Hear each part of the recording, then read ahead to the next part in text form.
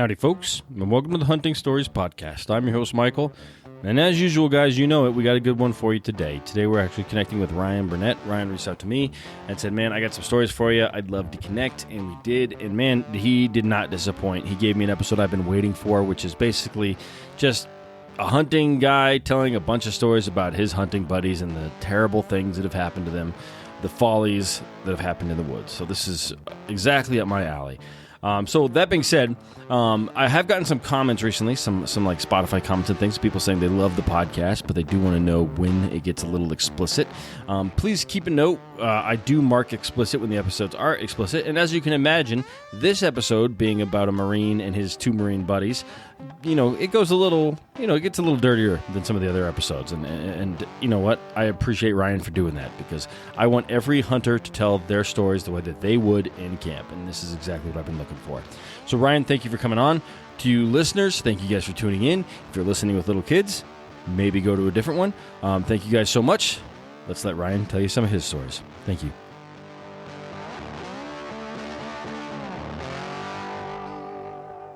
All right, Ryan. Welcome to the Hunting Stories Podcast, brother. How are you? I am doing excellent. It's not killing any deer. That you know what? I've heard people in worse situations than yourself, so it doesn't sound like you're too bad, man. Yeah, well, they're on camera. They're just never at the right camera when I'm there. So that's always fun.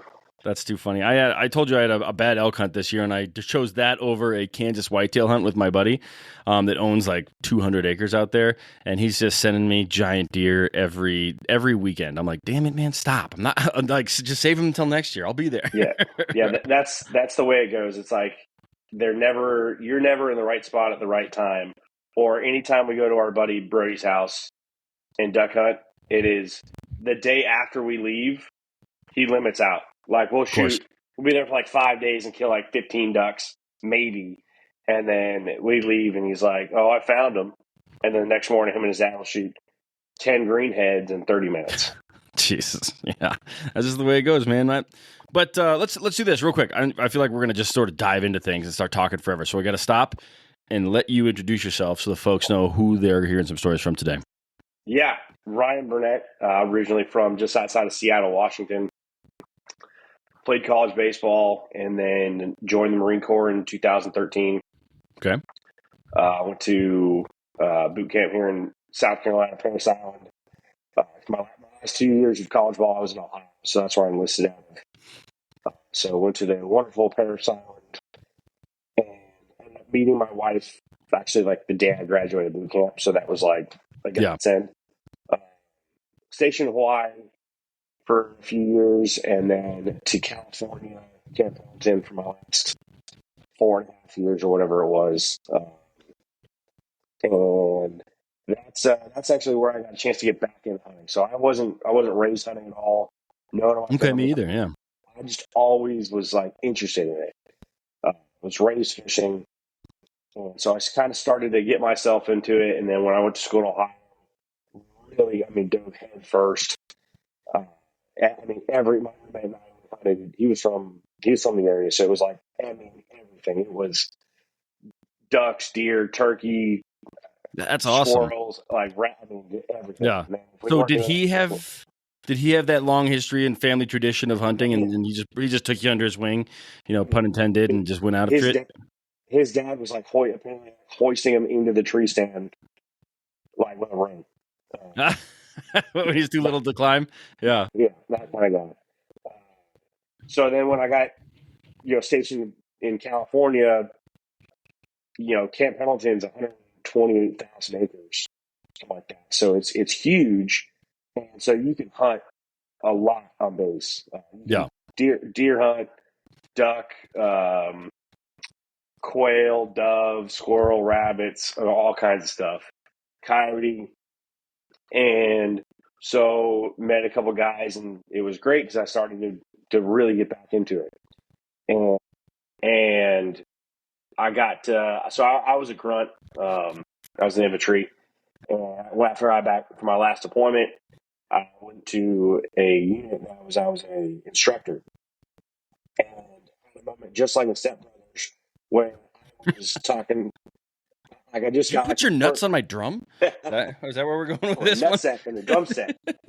Time to play Moby Dick for real. Yeah.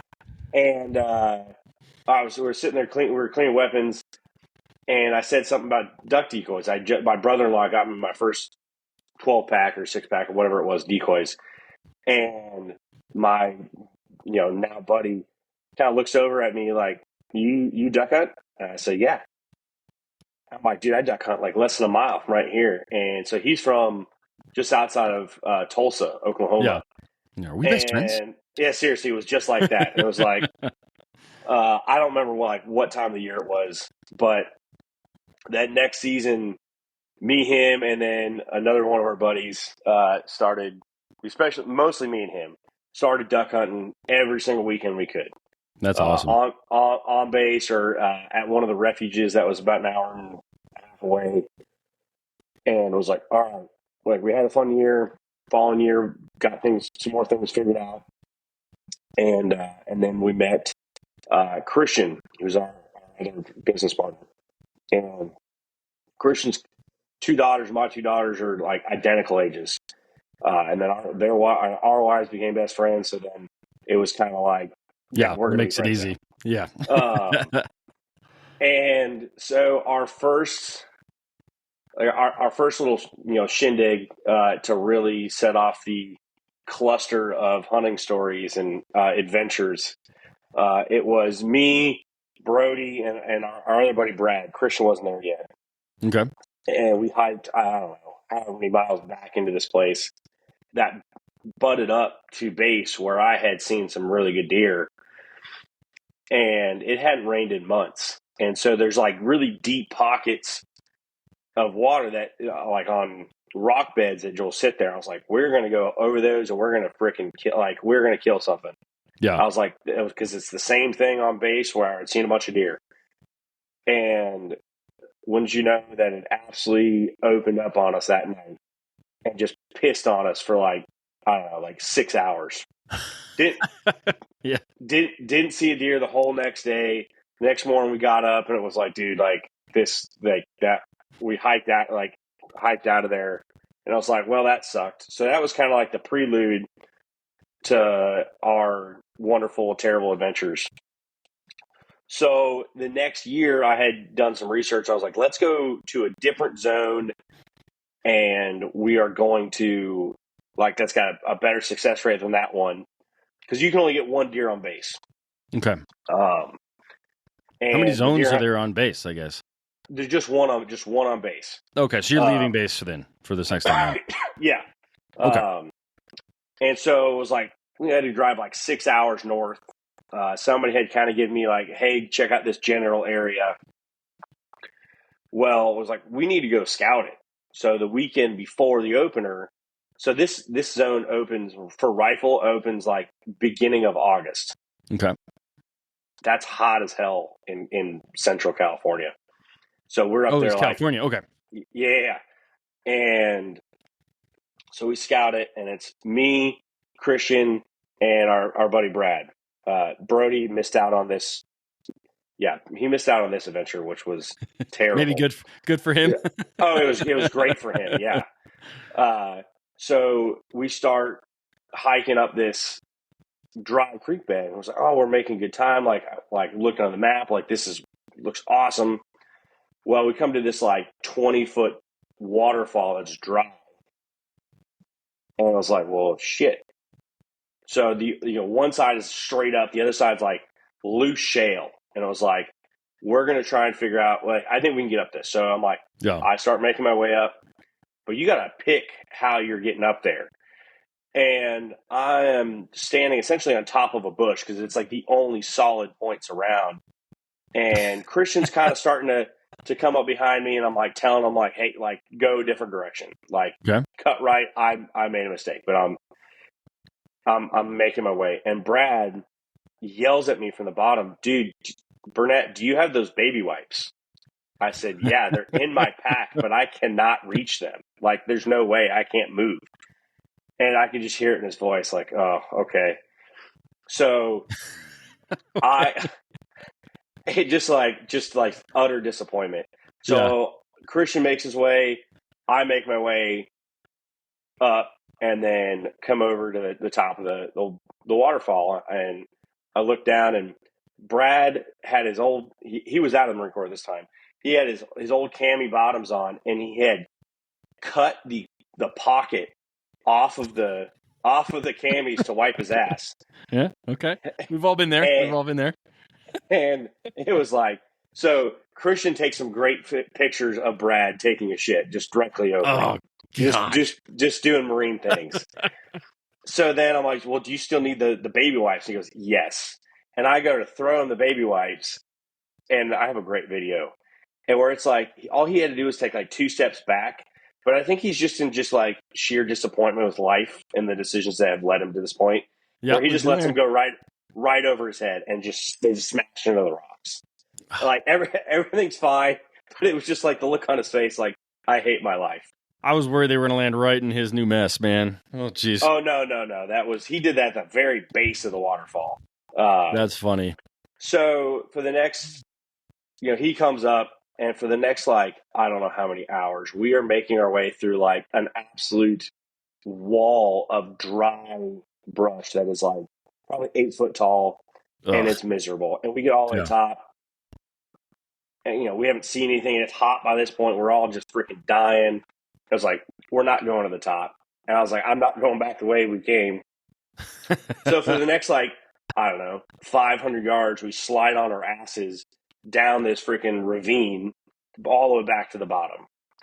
And like, you're getting kind of smoked by this point. Well, we make it all the way back to the waterfall, and I was like, I don't think we can make it down. Because if you slip on that stuff, it's a soft, 20-foot drop onto some wonderful rocks. And I was kind of defeated at this point. I was smoked. And so we try and go up and around. That doesn't happen. And Brad looks at me and goes, dude, I'll go first. He makes his way down. He literally just tosses his pack. It tumbles to like 40 yards down and then just slams into the rocks below. But he doesn't have any government-issued stuff in his pack anymore. I have a government-issued pack. I'm like, I can't do that. Yeah. And I was like, this is bad. So finally get to the bottom, and we have another like mile and a half to get back to the truck. And my body shuts down when I get in the truck. And Christian is essentially ODing on energy drinks to get us back to Brad's house, which is like 5 hours away. And I'm like, my body won't, I can't move. He's still pissed off at me to this day. That I was like, dude, I tried. I could not, like, something in my body was like, you're done. Just push it too hard, or didn't have like good like food with you, or just mixture of everything. The heat? It was just everything. Yeah. And I was like, honestly, dude, probably most people would have died at that point. I was like, the Marine Corps does a lot of terrible things. And I was like, the one good thing it does is like, you're probably just going to figure out how to not die. Yeah. And that good starting point, at least. That was one of those moments. And so now they always give me hell, like, oh, Burnett's going to get us lost. And I was like, I knew right where we were the entire time. We just couldn't quite get back. We needed to in a time manner. That's too funny, man. So, that was a rough one. Yeah, dude, you reminded me of your friend. So this year I drew a cow moose tag, and if you listen to my episode, that's like my recap of my archery season. There's a little tidbit where we shot the moose the night before. Next morning we go in, we find the moose, chop it up, pack everything out. What do you do when you need to go back and get more? Is you take everything out of your bag that you think you don't need, and you're like, all I'm going to do is walk up there, grab this moose, and then come back. I don't need any of this shit. So of course I took the TP and the wipes out of my bag. Oh, no. And so we're like halfway up. It's probably, 2.5 miles or something like that. Nothing crazy, but straight uphill. And I'm like, no, I can hold it. Turns out I can't hold it when I'm hiking uphill. Right? I was like, nope, this is happening. And so like I dive off into the aspens, and I'm like, well, what do I do? And I'm hollering at my boys, you guys got any TP? They're like, nope, we ain't got nothing. And so, my buddy Robin, this British fellow, he's hilarious, man, but he finds moss, and he's like determined that I wipe my ass with a handful of moss. And I'm like, no, I'm not going to use your moss, Robin. Stay where you are. Fortunately, I had like boxer briefs, and then like a Sitka base layer, and then some pants on. So I just ripped apart. I mean, it was not that easy. It's like it was a struggle to get my. 'Cause I didn't want to take off my pants, my boots, my underlayer, all this stuff. So I'm trying to rip my boxer briefs off, and I'm like, just like I can't get the band to break, and I'm just like struggling through the. I did eventually get it. Cleaned up the the mess that I had made, and went about packing that moose out. But it reminds. I mean, I think every hunter's got that story where they're like, "Shit," literally, right? I don't. Yeah, like my rule now is I always have baby wipes. I have baby wipes in my behind my back seat in my truck. I will always have, and 99% of the time I have baby wipes in my pack. Yeah. I believe that everyone has made that mistake once, and that's why they're prepared that way now. Because now, I got 2 options in my bag, and I'm not going to take them out. I got 3 options in my truck now, but I had to make that mistake. So maybe if you think about it, yes, maybe you had that moment in history back in the day. I don't mess with it. I will always have water, and I will always have baby wipes. So I was like, okay. I'm not going to die first, and I was like, I'm not going to wipe my ass. Yeah, you're not going to die of mud butt. So those are my 2 bugaboos. Okay, well, good on you, man. Good on you. Better than most of us.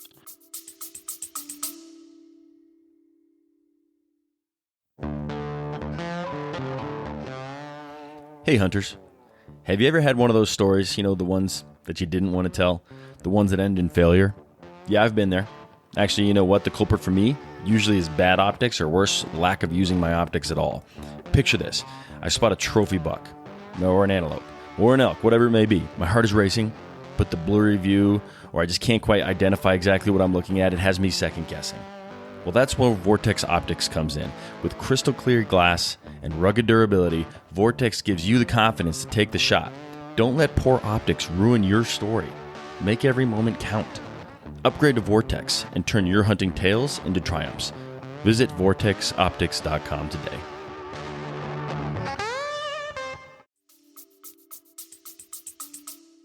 Yes. yeah. Everything else, I'm like, I can deal with. I'll be fine. That was kind of our. So then the next weekend, it was me, Christian, Brad, and we're like, well, we know where we're not going to go. Yeah. We parked in the same spot. We just went the complete opposite direction. We were up there for a day and a half or so, and we got, I think, Christian got a shot off a deer and whiffed. I was putting pressure on the trigger. Deer took off. Brody went to go pull the trigger, and as he pulled up, the handle or his bolt handle got caught just a little bit, so it went click. So it wasn't seated all the way. So that was no. I was like, it was just That's interesting. I had a buddy, this rifle hunt that I just told you about that was a bad time. Yeah. One person got his eyes on a cow. Maybe it was a calf. We're not going to worry about that because he went up, pulled his rifle up, and went click. So I'm wondering if maybe something had caught his. Who knows? Who knows why it didn't fire? He fired 10 rounds before and 10 rounds after, but for whatever reason, that one round did not go off. Yeah, if it's not seated perfect, it will not. Yeah. It will not shoot most of the time. So it's funny because now I'm like, that's a lesson that he learned that I'm taking advantage of, because I'm like, if I'm sitting on the stand, I will sit there and just push on it. Yeah. Every now and then, just to make sure it's seated. Solid advice.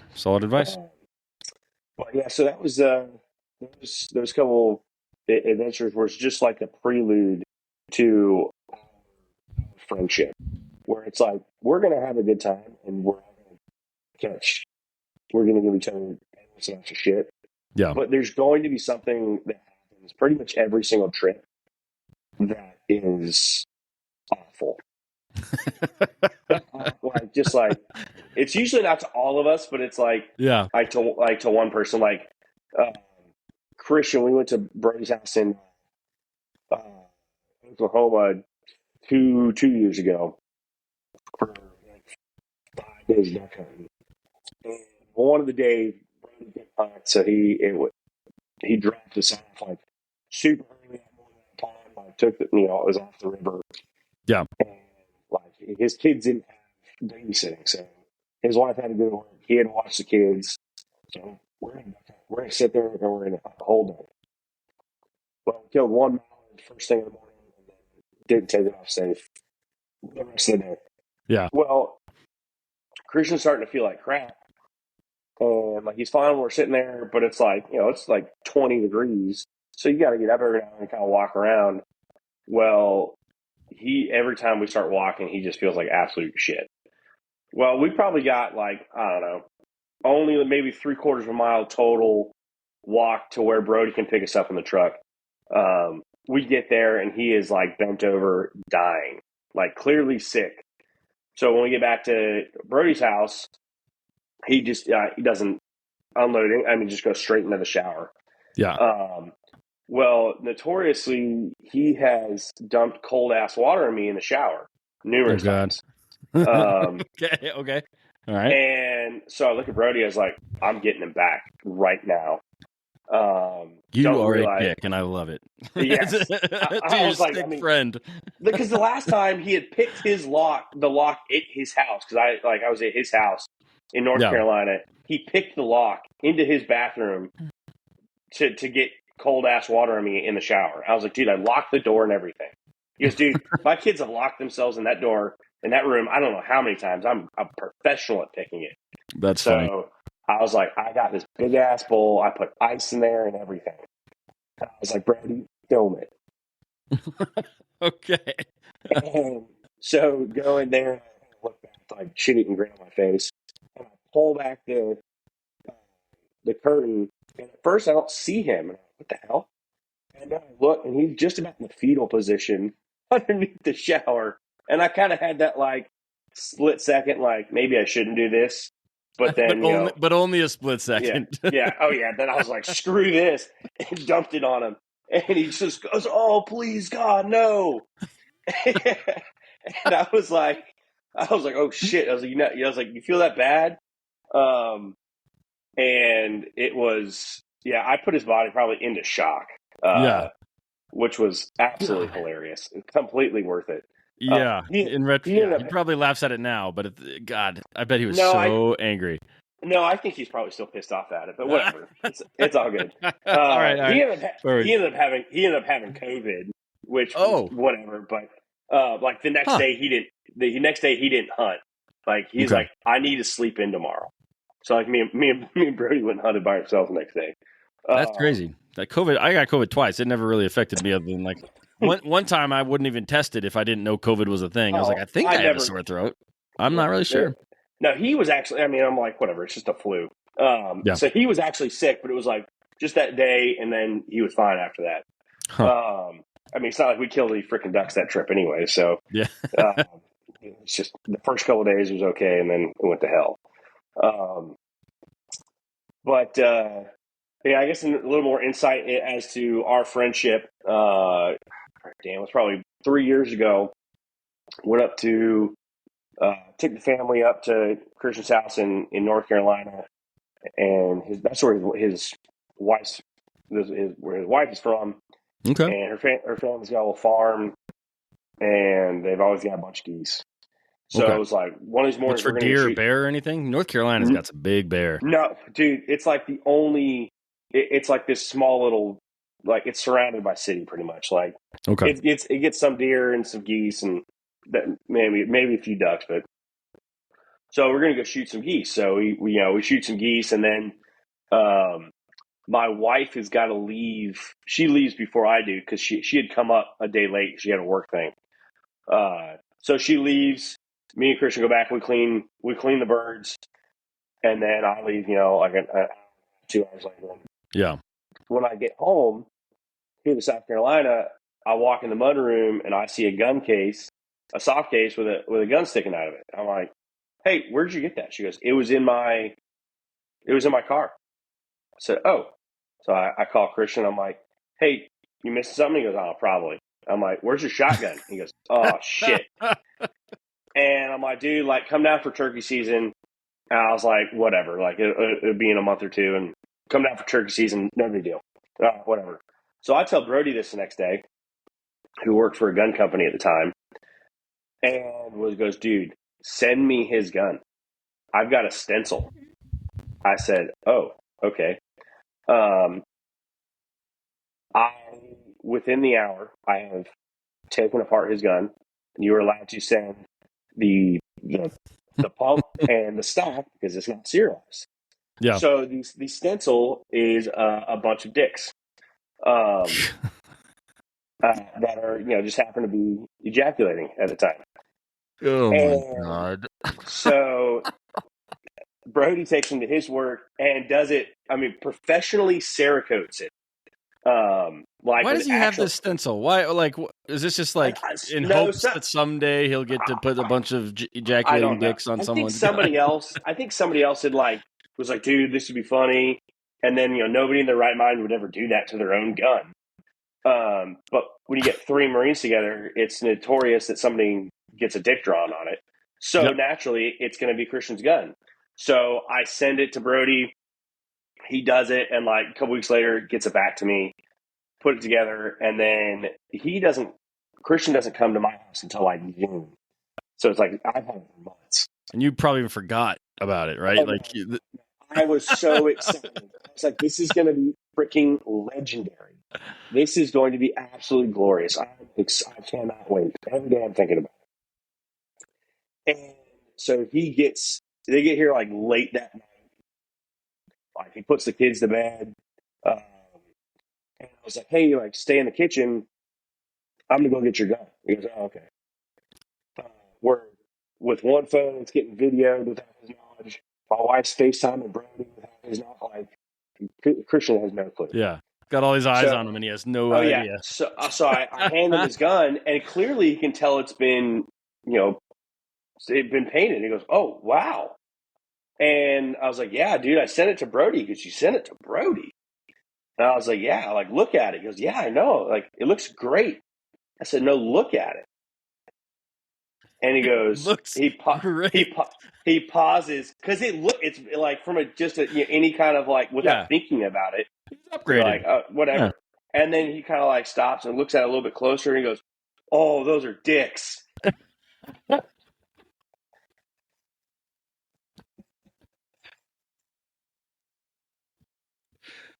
That's the perfect response. And it was like, oh, dude, it was absolutely priceless. So he's got there's dicks all over it. So Yeah. there's Do you have a three photo that of just like the gun, not necessarily even with him in it, but just like a yeah. close up of the Cerakote and all that? Oh yeah, of course. Okay, you got to send that to me. I want to share that. I will Yeah. 100% say that. Okay, perfect. So there's three that are strategically placed. So there's one on the pump that is obviously directly underneath, coming back at him. There's one right where his right hand will go, and then there's one right where his cheek will go. So those are the three strategic. Everything else was kind of random. So at all times, he's dealing with that. But that's also so he bought that. It's a Mossberg 500 I think or something like that. Or 830. I don't remember. Anyways, he bought this from a Marine that was getting out that apparently just wanted to get rid of it. And so he calls me one day and was like, dude, I bought this gun. I'm like, have you told Brooke? And he goes, no. I'm like, oh, okay. I'm like, how much you buy it for? He goes, $85, a monster and a bag of flaming hot Cheetos. That's a hell of a deal. Even covered in dicks, that's a hell of a deal. Well, this was obviously pre-dick. pre-dick. And I was like, oh, dude, that's an awesome deal. I was like, you're never gonna. I was like, that's awesome. And even with the dicks, yeah. And I'm like, there's literally that gun works completely fine. It shoots good, like zero issues with it. I was like, that is the best bargain gun you will have forever. Yeah. Obviously, you can't necessarily pass that down to your kids. Not anymore. They can't. No. Not anymore. But yeah, so that's the dick gun. That's amazing. He has since upgraded to a dick-free gun. How long did he use the dick gun? I mean, well, so he still got it, but he's He used it probably for 2 seasons, I think. Yeah, that's amazing. So, anytime we went anywhere, it was like, dude, you're doing this. Like, we went and saw some buddies in Arkansas back in January, and they'd seen pictures of it, but I was like, dude, whether you're hunting with that or your 20 gauge, I was like, you're bringing the dip gun. Like, there's no getting around it. Like, you have to bring it. Anytime we go on a hunt anywhere, just because that's a great conversation piece. Yeah, right. That's amazing, man. Actually, while you were telling that story, I was like, I think we made a terrible mistake, Ryan, and that is that we should have had you and all of your buddies on, because I'd love to hear everyone's opinions of how true all these stories are and what they, and because I bet you guys are, I don't know, a fucking hoot to be around, man. Oh, it's nothing appropriate at all times. Yeah, a lot of there's some things that are said in the Marine Corps. I was like, damn, like no wonder we have a hard time adjusting back into real life. I was like, golly. I mean, it's funny, but you're like, damn, like no, yeah, you can't tell. You guys can't say that to anybody else. Yeah. So there's definitely don't want to record that stuff, so I get it. So no. That's when you're like, oh, the group chat got leaked. Like time to fake your death and get out of the country. Yeah, right. That's the kind of stuff that typically happens. Yeah. And now we'll get into the story where he got matching tattoo to match his gun, right?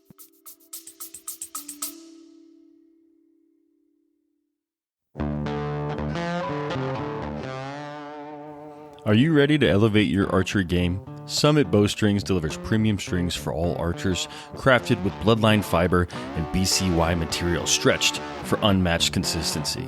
Choose from 3 series: Hunter, Competition, and Summit.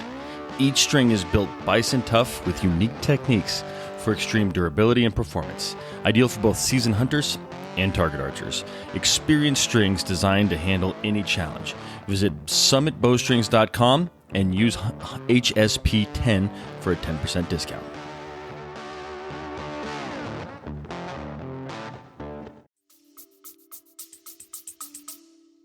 No, not yet.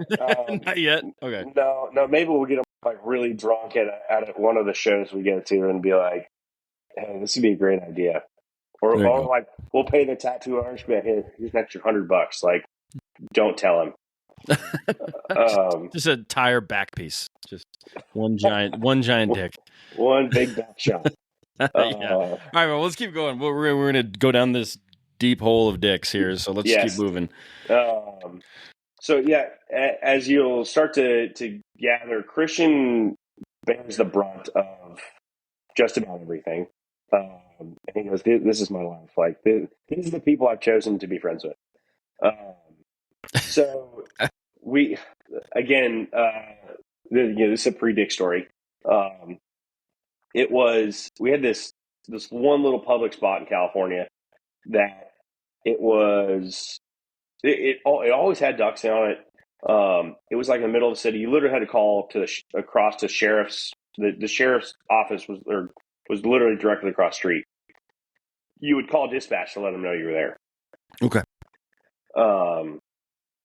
Well, it was January, and it's Southern California, but like as soon as you get away from the coast, like the temperature it gets wintertime, it'll severely drop. Summer, it's stupid hot. Well, it was also actually my kid's first duck hunt. She went on her first duck hunt. She was like 2.5. Wow. She just loves it. And so Christian shoots this bird, and on like one side of the pond where we hunt is shallow enough to where you can wade through it. The other side where he shot this bird is like over your head deep.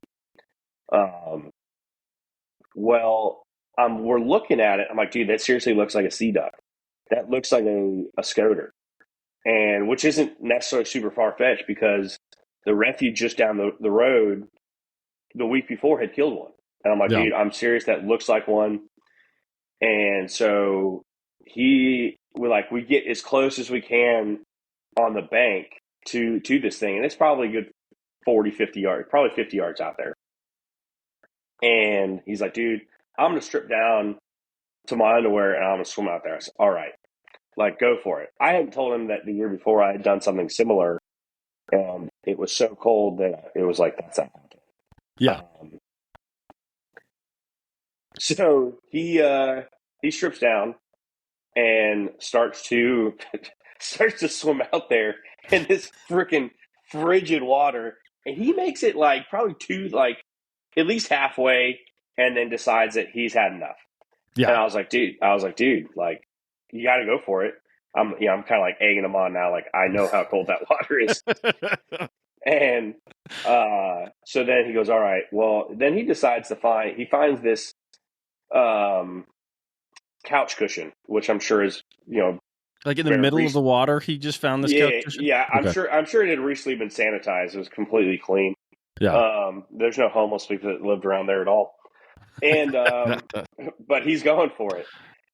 So he makes it even, make it 20 yards, and then decides he ditches that, turns around, is coming back, and he is he is coming out of the water and is like falling over, and I could just see pure just dread on his face of like, what the hell did I get myself into? So I'm bent over, crying, laughing, and I'm able to snap a couple pics of just like the nasty water coming off of his face, and just it was terrible. So I was like, all right, hey guys, I gotta leave. I was like, I gotta get my kid home. They've got a buddy that lives not far away they're gonna go get a fishing pole, and they're gonna get this thing. Well, they called me like an hour later and like, dude, we got it. I said, oh, cool. What was it? I said, it was a common merganser. So, just an absolute trash bird. And I was like, sorry, dude, I really thought it was something cool. And you just amazing. Got this terrible thing. And I'm like, dude, don't even try and eat it. He goes, yeah. I opened it up and it just smelled like straight fish. So he was like, I was like, so all of that just to get a bird you can't do anything with. So it was that was great for him. That's funny, man. I've had a bunch of guys on, and like even big duck hunters, most of them are like, yeah, most duck hunting stories are just duck hunting stories. It's kind of like a fishing story. But whenever you do have a duck hunting story, it always involves someone getting naked and really cold, like every single time, and they're always funny, man. I love it. I think that's the only one that I can think of where someone was stripping clothes. We did have another one where it was cold out, and we were attempting to sleep. So I think it was the same trip where Christian got really sick. So we got to Brody's house, and like we went out that evening to go scout and like see a tornado of ducks, and I was like, holy shit. So we're like, we're gonna go sleep out on the river that night. We're gonna go find a spot. So I was like, sweet, grab food, grab beers, get out there, make a fire, and I was like, this is awesome. And we'd seen a bunch of beavers on the way in. Like, I mean, seriously, it was like we saw like 6 or 7 within a couple hundred yards. It was like, it was a little weird. Well, apparently this was their spot that they wanted to be. So we pass out, and I'm waking up, and I can hear the beaver tail smack just over and over again. And then we have barges going past us, and so apparently the beaver is getting ballsier and ballsier, and Christian is between the fire and the river. And it's getting closer and closer to him, and he's not happy. The beaver's pissed off, and I guess he hadn't slept at all at this point. And all of a sudden, I just hear, "If you're about that, I'm about that," and I hear him rack a shell in, and I kind of just like roll over. I was like, I feel like I'm about to get my bell rung right now. I just roll over. In my head, I was like, dude, do whatever you got to do, bud. But like, I don't know what's going on. But good luck. And I was like, this thing is about to get freaking executed. And I don't know if that was the beaver's final straw, but it was like it took off. But so Christian didn't sleep that whole night. That's too funny, man. It was just like, oh, it was so great. Not for him, but that's not the important thing.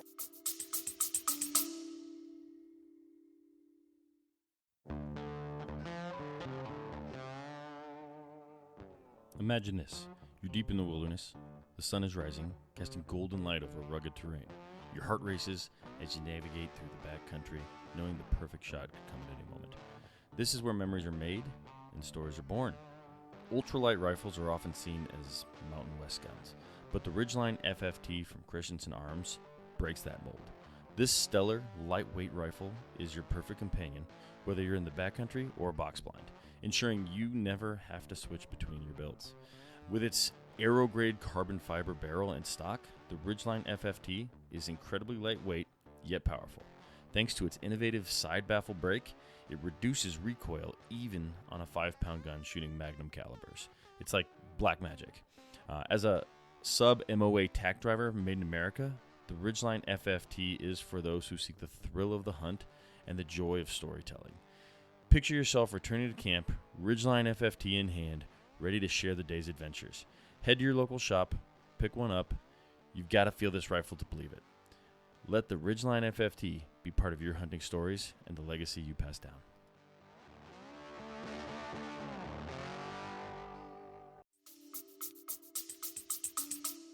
Yeah, no one likes dealing with an angry beaver. I think that's all there is to it. Yes. So yeah, it is a constant. You know, I think I can think of at least one more where we both caught hell for it, but we'd went on this hunt outside of his house in Wilmington, North Carolina. Okay. And never hunted tidal water before. And so we scouted the evening before, we found a few birds, and then got to the spot it was a big open area off this creek, off the main channel, and it looks ducky. And so we get in there, we get our decoy set, and we pull up parallel with the bank. And like his depth finder had said, like all the way up to that point, it was like several feet deep, like right off where we were at. I was like, all right. We were worried about it being too deep, but it was like at the far end of our decoy, it was like 30 yards, 25 yards out. It said like 10 feet. So it was like, all right, we're good. Like even if the tide drops, like nothing to worry about. Yeah. But we get wrong. 40 minutes in the shooting light, he goes, dude, I think we're on dry land. And I was like, I look behind us, and sure enough, we are. I was like, oh, we are on dry land. I was like, holy shit. So, because you can still feel the boat rocking a little bit, so you're like, all right, whatever. Like, we're gonna get out. We'll push the thing, and we'll move on with our lives. Again, wrong. And so we try and push it, and like me and Christian aren't like necessarily small dudes. Like, I was like, we can't. Well, we're not. This thing's not budging hardly at all. And I was like, this is bad. Yeah. So we take we're taking guns, extra decoys, cooler out. We take both trolling motor batteries out, and we're still barely not making a dent. And I was like, this is bad. It's like 8:00. High tide is at 5. And I was like, dude, like this is not where I want to be. And so we keep trying to push. I was like, how are we not going anywhere? Well, I get behind the boat, and there's like ancient logs that are underneath that we're pushing. Like there's like 2 little parts that are sticking up that we can't push through. Yeah. So I pull a freaking MacGyver, and I've got a multi-tool in my blind bag, and I pull out the 3-inch blade. So I'm under the water freaking sawing away at one part, and like I get that like off, and I'm like, okay, sweet. But I'm like, I can't get any more. So I brought a machete to like get some stuff for the blind. So I'm like over there like a maniac hacking into the water to like get rid of those parts of the log and like loosen that up. And I was like, okay, good. And we push, and then it makes a few inches and stops. And I'm like, dude, no way. So it turns out we're like digging the back end of the boat into the fluff mud. So we're like now under the water, like digging it out. We do this like 6 or 7 times where it's like we dig, we push, we make a few inches, dig, push. And then finally it was like, holy shit, we're floating. So we get everything back in I'm like, get in the freaking boat. Like I'll start picking decoys and everything else up, get everything in there and pick the decoys up. We're like, all right, we're good. We're getting the hell out of here. So, start moving. We get about 75 yards with the trolling motor. And then he goes, dude, I think we're stuck. I was like, what do you, there's nothing out here. What do you mean? And I was like, well, maybe there's a little sandbar because it's still showing like 10 feet deep.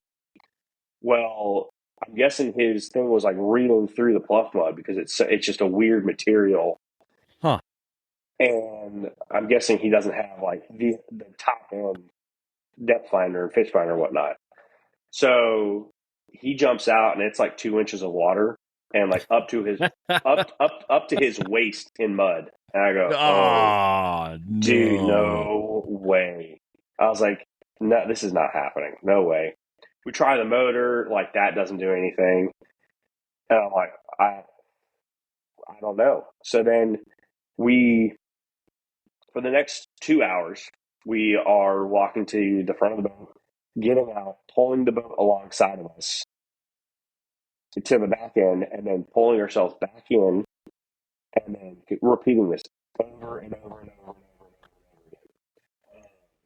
Well, he was like, dude, we need to get into deeper water. So, naturally you think the middle of it is going to be deeper. Well, again, we are severely mistaken.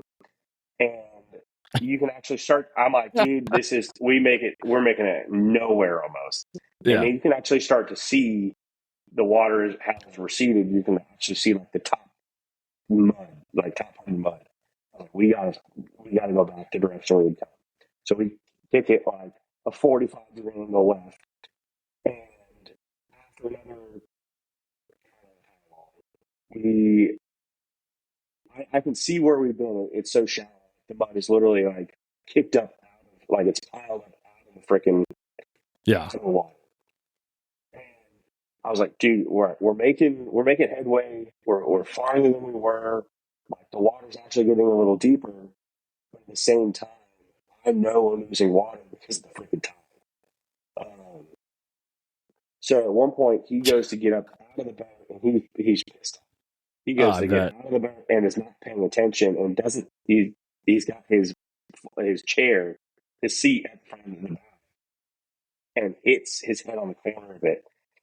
And he was like, mother, just like as loud as he could, and he just loses. I thought he was going to try and rip the freaking seat out of the damn boat.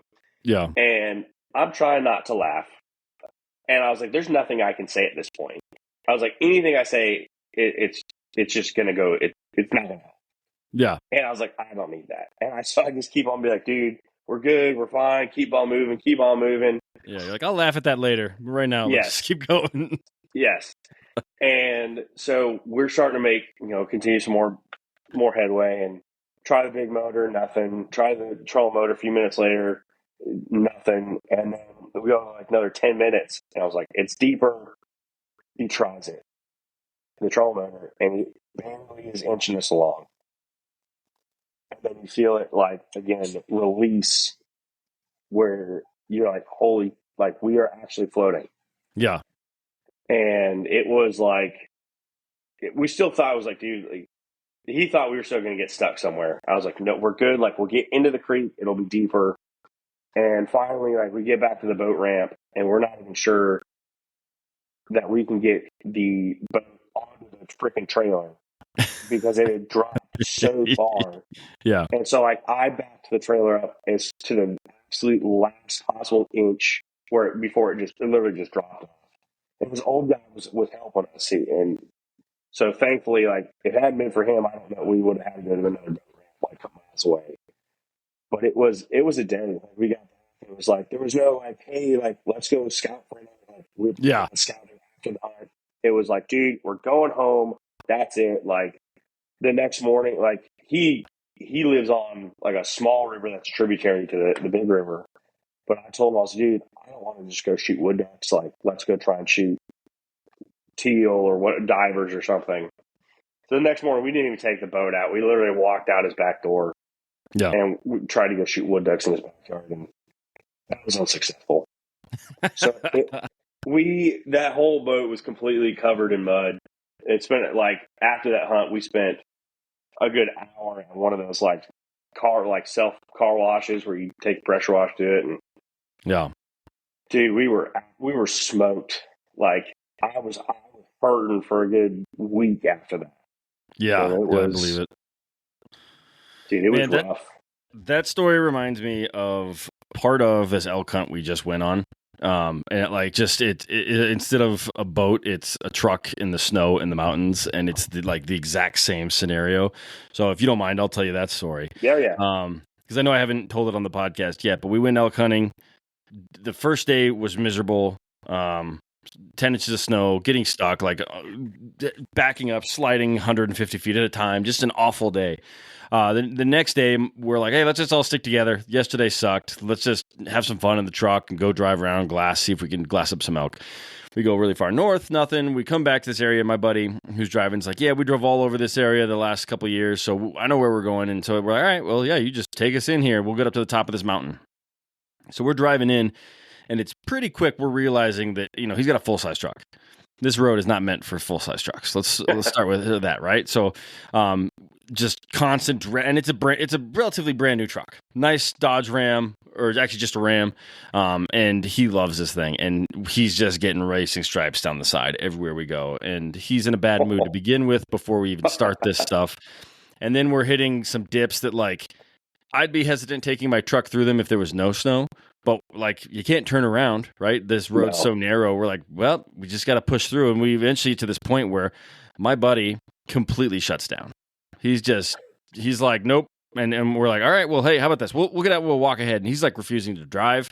He just got through this pretty gnarly, like 90-degree turn with a big dip. And we're like, yeah, we're gonna just walk ahead. We're going to walk until we see how far it is until we can get a turnaround point. So we walk, and we're talking about how he's in a mood, which is understandable, right? And we just keep going, and we went up walking maybe a mile or so, come back, and we're like, hey, like there are at least 2 turnarounds. It also opens up where your car won't be getting scratched anymore, but you have to go somewhere. Like you can't just sit here. We got to go forward if we're going to go back. So we go forward, we get him to drive up to the second thing, and then we get to this point where it actually opens up, and there's no more trees on the side of the road. It's kind of open. It's a big burn on top of this mountain. And we're like, well, we're at this point where it's kind of like the devil you know or the devil you don't. That's the choice you have to make right now, man. So, like, we can go forward. So we're like, well, let's check it out. So we're walking in front of the car, like 500 yards in front of him, and he's just driving real slow. And we get to a point where we're like, shit, this is a tricky spot that we could get really stuck in. And we're like, well, what's past it? Like, if we get past this, do we have another one? And there's another spot. And we're like, shit. And so he pulls up right to it. And we're like, you can get through this, but it's your choice. And he's Canadian, but he's not raised in Canada. He's grew up in North Carolina, so he doesn't have the best snow experience driving. And we're like, man, it's up to you. Again, the devil you know or the devil you don't. We're at the top, so it's going down the other side, but we don't know what that other side looks like, or we can go back through that bullshit that we just went through that literally caused him to just shut down and stop, right? And so he's like, no, we'll go through this. And we're like, okay, so what you got to do is hang right. There's a stump. You're going to have to take that stump and don't stop. They're like, that's when you get stuck. Don't stop. You got to keep going. And then once you get past to a certain point, I'll tell you when you can stop, and then we'll get ready for the next one. And so he's going, and I'm like, hey, gas, as I'm like standing, 15 feet off in this burned, down timber, just nasty stuff with 10 inches of snow everywhere. And he makes it right through, but he doesn't listen, and he lets off the gas, and his back left tire just slides down into this like 2-foot deep hole. And we're just like, shit. And we're like, well, what do we do? And we're like, well, I guess we got to fill the hole in and then try and drive out of the hole. And so that's basically what we do. So now we've got 40-foot long logs and 10 feet of snow. And we've got like one of those little saws that you use to like, cut ribs and stuff. So we're cutting logs with this, trying to move logs. We're like kicking snow around, trying to find rocks, trying to fill in this hole. He's got sandbags. We threw a sandbag in. It was immediately obliterated by his tires. So now there's just mud, sand, snow, and we're just trying to like literally make a ramp so we can go forward enough to get him out of this ditch, because we know we can't go backwards out of this ditch. So we finally get up and we get out, and we're like, well, this is completely fucked. And we're like, we're not going forward. We're going backwards out of here, but now we got to back out. And so we basically take these rocks that we filled this hole with, and we build a road for lack of another term, right? We're like, everything we do, we're sliding. So we need to find a way. So we took like 4 rocks that are maybe, I don't know, 10 inches by 16 inches, and we would put one under each side of the downside tire, and we'd roll up onto it, and then we'd move the extra other one behind it. And so, like, we're talking moving this car out of 20 to 50 yards, something like that, by building a road one tire at a time, just moving rocks so that we don't slide in. Meanwhile, like, there's 4 of us, so some guys, we have a tow rope on the hitch, and we're just pulling up the high side to try not to slip down into the low side, and it's just, it took us 5 hours to get out of there. And 5 hours of just trying to stay positive. And again, this is an hour. That 5 hours started an hour after my buddy shut down because he was over it, right? And so, like, we actually have another friend who's got a lot of experience. He's like, I'll drive, I'll handle this, and so we get it done. Another car shows up, and these boys are like, yeah, well, we're like, we think we don't need your help, but if you guys would stay just in case as we back out. And they're like, yeah, no problem. And they have a much smaller vehicle that probably be better suited for the country we were hanging out in. But we do eventually get turned around, and we're like, all right, we got to get out of here. And my buddy's like, yeah, I'll drive again. It's his truck. So we're like, cool. And immediately gets us stuck going back the other way, where we're like a log on each side. I'm like, stop, you're going to rip a hole in the side of your truck. So we switch drivers, get through that. And we're just flooring it out of this place. And the guys that are helping us are stopping at the top of these hills. And so we're hanging. And so we've got 2 of us now in the back of the truck, in the bed, just trying to get extra weight on the back as we're going up and shooting up these hills. And then the guys are stopping. And so I'm hanging out the window being like, keep going. We can't stop. And so, like, they're slamming on the gas and they're flying snow everywhere. And we're screaming out the windows because we're so excited to be out of this mountain. But completely ruined the day. Like, we got maybe 3 hours in before we spent 5+ hours getting out of this situation. And man, like you, we went right back to camp and just started cracking beers. We're like, nope, there's no need to scout today. There's no need to glass today. There's no need to do anything today. We're going back. Like, that's all there is to it. And we're like, and to be my buddy that ended up driving us out, he was driving my other friend's truck, and he's like, I don't care if his truck comes out of this in one piece or not. Like, we just got to go.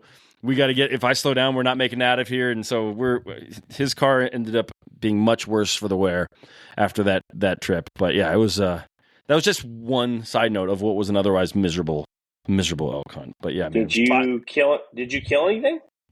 No, man. I only saw one elk. I ended up also getting really sick. My other buddy, then I told you about him misfiring on an elk. So, like, yes, all the elk we saw. And then again, the guy who also, part of the reason he shut down, the guy that was driving, he's the same gentleman who came to a rifle hunt basically without a rifle. So, like, he was, yeah, it's just a bunch of follies, man. There's nothing went right on that hunt. Other than at camp, we had a great time laughing, drinking, and just having a good time there. But when we were actually out looking for elk, not a thing went right, man. Not a thing. That, yeah, I can... I guess I haven't been stuck for quite that many hours. Yeah. But I get it, where it's like, you just kind of like, I feel like you don't say it out loud, but you're like, I can't believe we're in the situation that we're in right now. We were real close to calling rescue. We were like, I don't know if we can get out, but we did it, man. We did it. It was miserable. And we all stayed relatively positive. In fact, I would say that, like, once my buddy that was like just shut down on the road, when he got out from behind the wheel, he kind of, loosened up and was just like, maybe he understood the levity in the situation we were in. But when he was behind the wheel, he just was he's done. He couldn't do it. He needed something off his shoulders. Yep. To get out of there. Yeah, man. But it just reminded me of, like, the struggle of you guys inch by inch, because we were moving inch by inch, building these roads under these tires and getting stuck on logs and all of this bullshit. And we're like, we'd literally drive a little ways. I'm like, nope. Well, the only way we can see through this is by cutting these 4 logs so that they're not there anymore. So we're just, just this tiny little saw, just trying to rip all these logs out. It was awful, awful, awful, awful. But I'm like waiting to have like a good hunting trip where it's like we just absolutely just freaking, like if it was ducks, like just absolutely hammered them, or if it's a deer hunting trip or an elk or whatever. It's just like, I swear, like, the wives just gotta think we are real special every time we kill anything. We're like, not really. bunch of No, brain cells. and it sucked. And they're like, why do you keep going? Right. I get it though, man. But Ryan, you got any other stories for us, brother? Or I know we've been on here for more time than I asked you for, so it's up to you. I'll listen all night, but I know it's a lot later where you are. Another idea is we get back on with your buddies, because I would love to hear what they have to say about all these stories. Dude, that would honestly be great. They would love it, and then the banter really gets going, and I'm sure there's some other stuff on there that they can think about that I'm unable to recall at the moment. But perfect, man. Well, then let's do this. Why don't you tell the people where they can find you and some of the stuff that you guys are up to? You've got a business going. Why don't you dive into that a little bit real quick so the people can know what they're looking for? Yeah. So me, Christian Brody, officially last year, January of 23, started a company called Pattern Pros. And what it is, or how it started, was Brody had bought a new shotgun, and a couple different boxes of ammo, and tried to pattern it. He called me and was pissed off because he was like, dude, like, these suck. Like, they are not, like, I'm not taking them hunting. So it's kind of like, well, what do you do now that you've shot a couple different shells out of a box? You're like, well, you can't resell it. Like, it's either going to sit there and collect dust, or maybe give it to a buddy. Yeah, they suck. Here, enjoy. You're like, what do you want to do? Yeah. So it was like, well, what if we put more than one kind of shell in a single box? And he was raised hunting, and I was like, is there anything like that? And he goes, no, I've never heard of it. So we started talking about it. We talked to our friend's family, and it was like the next day. It was like, dude, it's on. Let's do this. So we kind of start the process. That was probably October 22. And it was, we started to get some traction. It was like, understand, like, what we could do. Started talking with some ammo companies, and it was like, I think we've got a potential really cool thing going. And so we started Pattern Pros.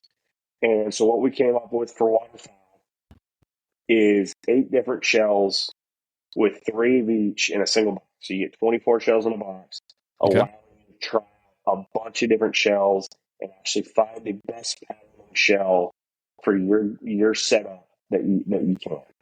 And with the amount of different gun, choke, shell combinations that are out there nowadays, it's really daunting. And you have no clue what is actually going to work best for your setup until you actually pull the trigger. Interesting. Okay. And so, I'm part of a million different Facebook groups now. And you'll see the question. This is the question that I look for. What is the best shell, gun combination for this setup or whatever it is? And so then you'll see seriously 20 different answers, 30 different answers of, gotcha. This shell, this shell, this gun, this choke, all of these things. And it's like, well, damn, like, how do you actually know until you actually go try it out? Well, if you go try it out, it sucks. And then you're just kind of like, well, what am I going to do? Yeah. So we have created something to allow people to try a bunch of different things all at one time, very easily, and actually find something that is going to make you immediately a more effective hunter, because you actually have something that is tuned instead of just saying, well, to hell with it and shooting whatever you're doing. Yeah. So actually, today I took my wife's cousin's. He loves a duck hunt, but he never patterned his gun. So I brought over one of our boxes, and we patterned it. It was like a really eye-opening experience for him, because he was like, because as soon as you put stuff on paper, you're actually getting to see what's actually happening. Yeah. And he was like, holy shit, like, this is, like, I always thought those shells are great. And then you look at it and you're like, no, those are terrible. Like, literally, the one shell that he thought was like, I always loved those. And then you look at it and you're like, well, do you love those just because you had happened to kill some birds with those before, and like that's what you could get? But you're like, people are like, well, that works for me. I'm like, well, just because you shoot 3 times and sometimes a bird happens to drop doesn't necessarily mean that works for you. That Gotcha. just you're shooting hundreds of BBs at a bird. Eventually, Yeah. something's Blind going squirrel to finds a connect. nut, right? Exactly. Yeah. Let me ask you this. So I'm going to expose myself a little bit here. And not that I'm trying to claim I'm some big bird hunter or shotgun hunter. I don't have much experience. I've only been duck hunting twice. Took myself both times. Shot 2 divers. Like, I'm super happy. I only retrieved one of them, but I almost drowned trying to get them. So very happy I got the one that I did. And I also I've shot 1 turkey with my shotgun. And so I got my shotgun. It was a gift passed down from my father-in-law. I heard you need to pattern it. Went to the range, shot some shells, and was like, okay, I'm patterned. I have no idea what I'm doing, right? And I still don't know what I'm doing because I've picked up archery so much recently that I'm like, well, no, I'll worry about that stuff when I need to worry about that stuff. So as a novice, and I don't know how many of my listeners are novices or how many are like, oh, I don't need to listen to this part, and they're just going to click away. When you're patterning, what are you doing? What are you looking for? If you don't mind me asking, because like I really don't know, and I've never really talked to someone and had this pop in my brain, and I figured I'd ask. Not that we usually get into education, but why not? No, I love it. So you have 8 different shells with 3 of each in that box, right? So like today, it was great because I actually got to sit there with him and do it from start to finish. So we actually sell targets as well. So they're full. It's craft paper, 36-inch by 36-inch. Okay. So you get to see your full pattern, all of your BBs for the most part, hitting and see exactly where they're hitting. So you got an aim point. So we have like a 1-inch black dot right in the middle of the paper, and that's your aim point, and then you shoot. So you pick your shell, you shoot it one time, go down there, you pull it, next shell, and so you do that 8 times. We typically do it at 20, 30, and 40 yards to see what it's doing at that distance. Okay. And you will truly see different. Like for a duck hunter, 20 yards is like, you get them at 20 yards, like you should kill those birds. Like, yeah, like most of the time, you will really see differences from shell to shell, even at 20 yards, which most people consider an absolute chip shot. And then when you start to get to 30 and 40 yards, things really open up. Like there were some shells that were decent at 20. And then like when we got to 30 yards, which is still, you should still have a fairly high hit percentage at 30 yards, the patterns like will fall apart where it's like, dude, like you don't have a BB within 3 or 4 inches of in any direction of your aim point. okay. So you're like, if that's where that bird was, you're not hitting. Missed. Yeah. And Okay. so it's like so many people are like, well, I don't know, it shoots BBs and like that's what it is and that's what's going to happen. And it's like, well, yeah, it does shoot BBs, but there's so much more to it than just that. Got it. And so once you start seeing what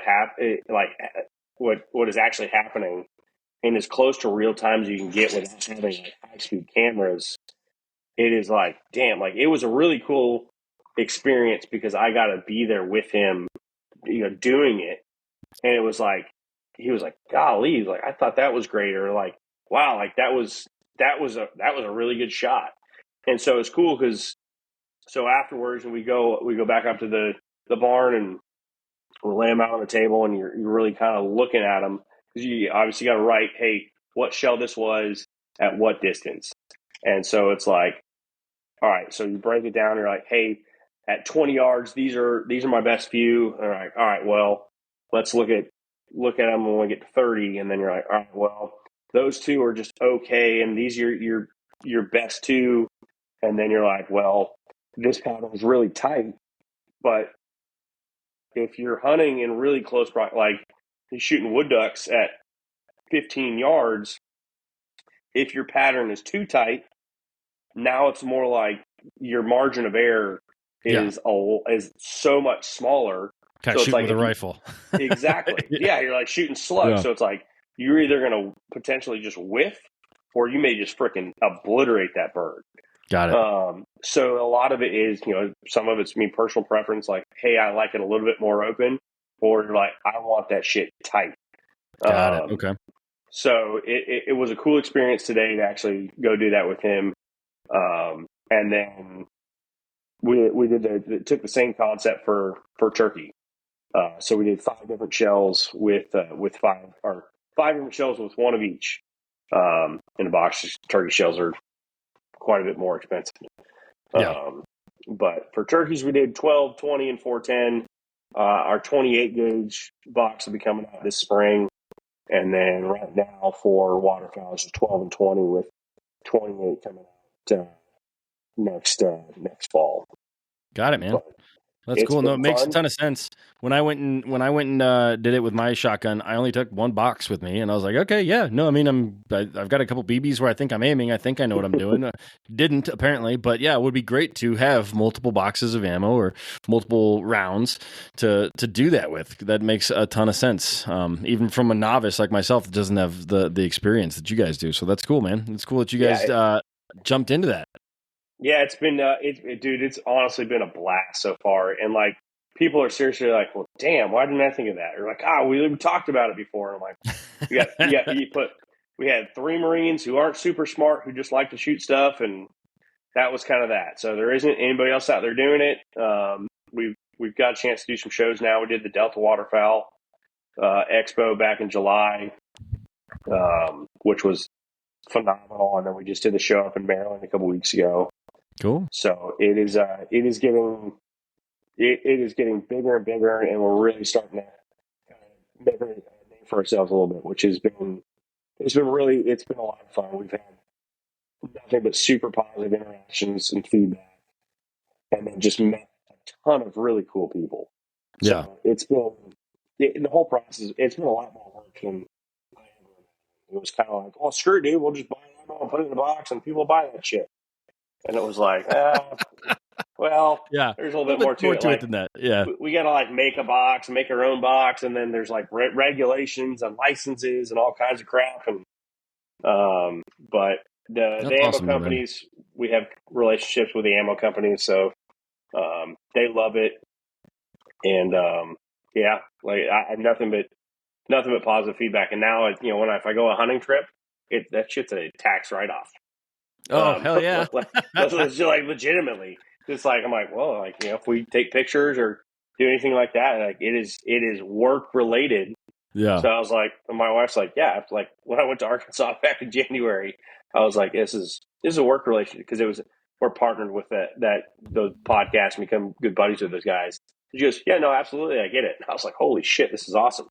That's awesome, man. I've toyed around with the idea of like tax expenses and things like that, but my tax person was like, "Well, there's a thin line between this being a job and a hobby. So where would you put it?" And I'm like, "All right, it's a hobby probably." So I haven't gotten there yet, but someday it'll be my.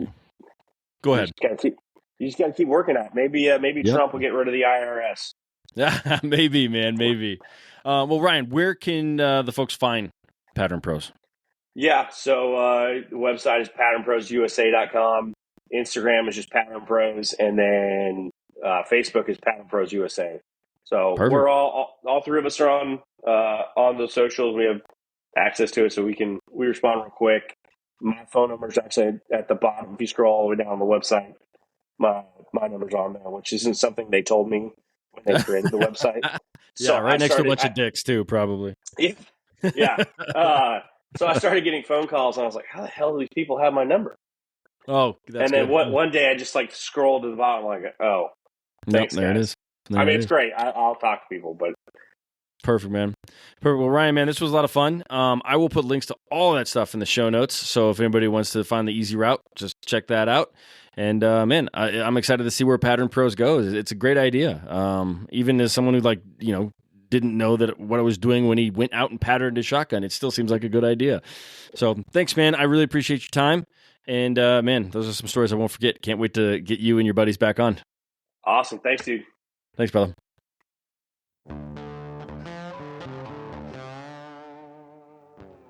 All right, guys, that's it. Another couple stories in the books. Again, I had a great time listening to Ryan. I can't wait to have him and the boys at Pattern Pros on the podcast. I guess give a little bit of truth to what Ryan was saying. You know, you never know how true these stories are when buddies are telling them about one another. So, Ryan, thank you so much for coming on. I really do appreciate it. To you listeners, thank you guys for tuning in. I really do appreciate it. It wasn't overly, explicit, but I want to make sure that I'm mentioning it for the kids that are tuning into the podcast. Thank you guys again. Make sure you share the podcast with at least one person. Give us a review. Give us a follow. Now get out there and make some stories of your own. Thank you.